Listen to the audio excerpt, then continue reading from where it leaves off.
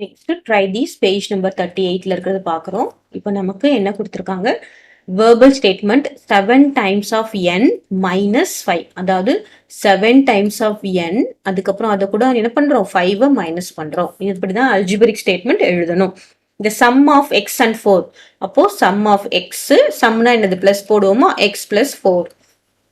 3 times y, டைம்ஸ்னா என்னது product, அதாவது 3 times of y, 3 times of y divided by 8. கிளியரா, டிவைடட் பை இருக்கிறது தான் நம்ம என்ன பண்ணணும், டினாமினேட்டர்ல போடணும். தட் இஸ் 3y by 8 அப்படின்னு எழுதலாம். கிளியரா. 11 is multiplied by m, அப்போ 11 is multiplied by m.